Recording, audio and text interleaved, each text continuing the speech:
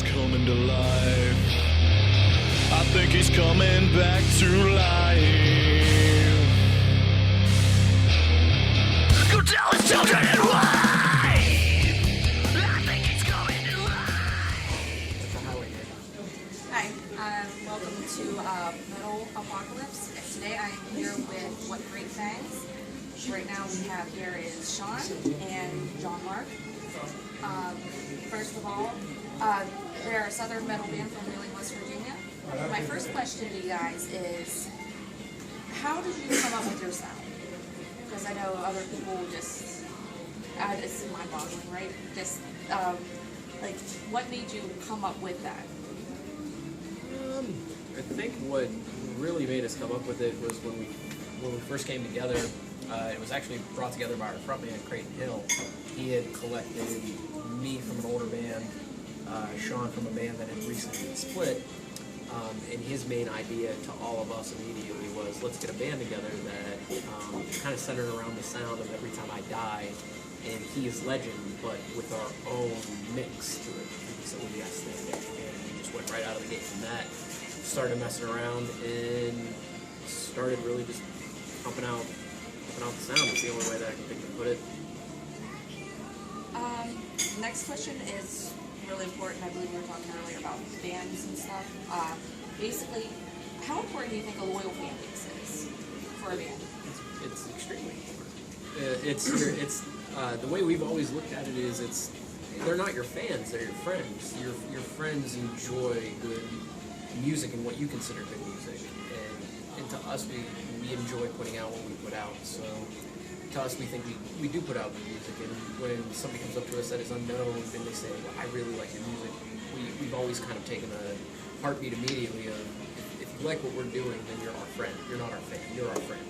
And that is the biggest thing to us, that our fans are very, very important to us. It's what lets you exist, because, like, if we don't have fans, we can't do what we do. You know what I mean? It isn't about the money, obviously, but, you know what I mean? If we don't have their support, we can't continue. So. The next question is your future plans, or if you're planning on touring with, like, if you're planning on playing with any, like, signed bands in the future, or do you have any idea if you're planning anything? Chair? Well, the plan, this is a plan, so we'll see how Do long term and short term. Yeah, how it goes. But we still have a good bit of shows this summer lined up. I mean, we've been playing the summer relentlessly. Like, we've had at least one show every weekend, pretty much every weekend this summer, I think, except for one. So we have just been not really touring, but playing relentlessly all over, too. So, but I would say probably early winter, we're gonna go back into the studio, probably cut another EP. I'd like to do a full album, but it's not cheap. And also, a big thing is obtaining a band. We recently did a campaign online. We ended up raising almost $400. So once we have enough money, we're going to get a band, because obviously we can't really tour until we have one. But I definitely would say about a year from now, the idea is to be in a van and on a tour someplace somewhere. His way, Commerce Street, Don't give me that limp shit. Come on. There you go. Yeah, there you go. Okay, my next question, what do you think could be a band's greatest weakness that could cause, like, I guess you could say utter chaos?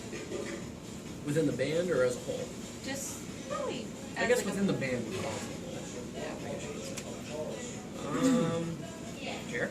Well, from what we experienced and why we had to go through some, our ex-members, definite issue is control, you know what I mean? Like, you have to understand there are other people in the band, and you can't just control everything. It's just, everybody has an opinion.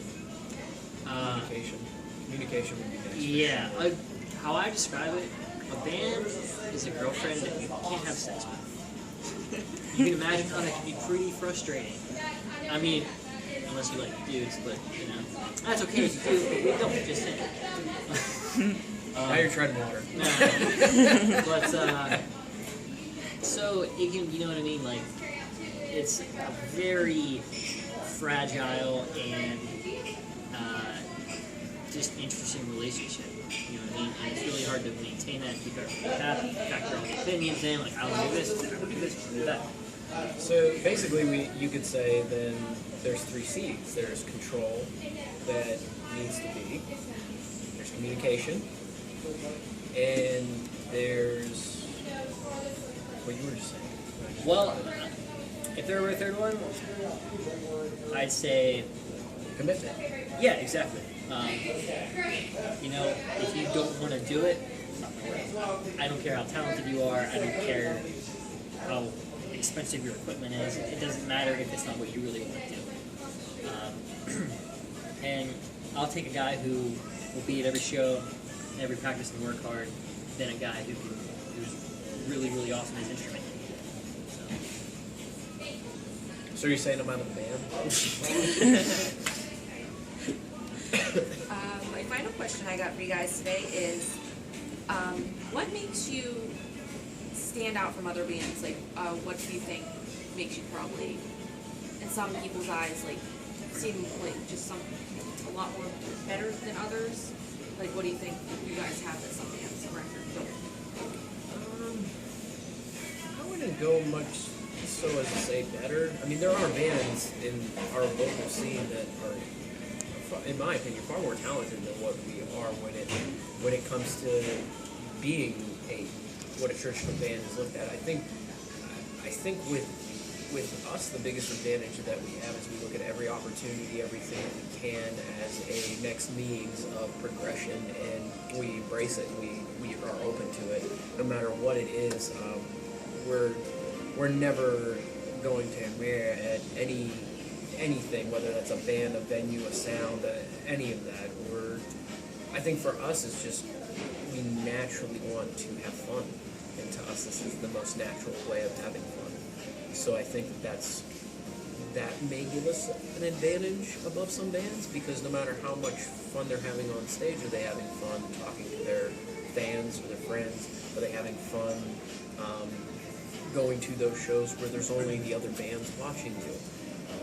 We have fun in all of it. It doesn't matter what we're doing, even if it's just even honestly me and him, or him and our other guitarist or our bassist, and we're just kicking around ideas. We're always trying to find that next step to positively have fun and progress with all of this.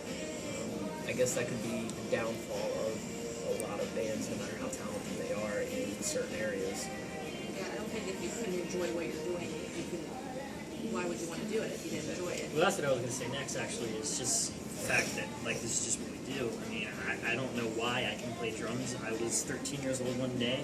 I was at a friend's house. He had a drum set, and I just sat down and started playing. I was like, okay, cool, I guess I can play drums. But I would also attribute a lot of it to the fact that we're just ourselves. Like, we just are who we are. Like, you know, as a band, we never said, you know, our band has to sound a certain way or dress a certain way or whatever. We just, you know, We get up there and we do what we do. we go up on stage and we play what we wrote and we wear the clothes that we wear, and we hope that you enjoy it, and apparently there are people who enjoy it, so that's, you know, that's just a bonus, really. That is the bonus. That's the best way to put it. That's the bonus of it. We just do what we do, and it just kind of happens. Well, guys, for allowing us to do this interview today, and look forward to maybe interviewing you again in the future and coming to a couple shows. Cool. See you there. Yeah, Thank you. hopefully. We've got that show coming up this Saturday, and you can come on out. It'll be a good time. It'll be an all-day thing from 12 to what, like 12 to 11? So Yeah, like it's like 12 hours. cooking out. We're going to be cooking out. We're going to be having fun. It's all ages. So, yeah, come on out. It'll be a good time. I might do that for a couple hours. Come out. Okay. Thank you guys. And see you.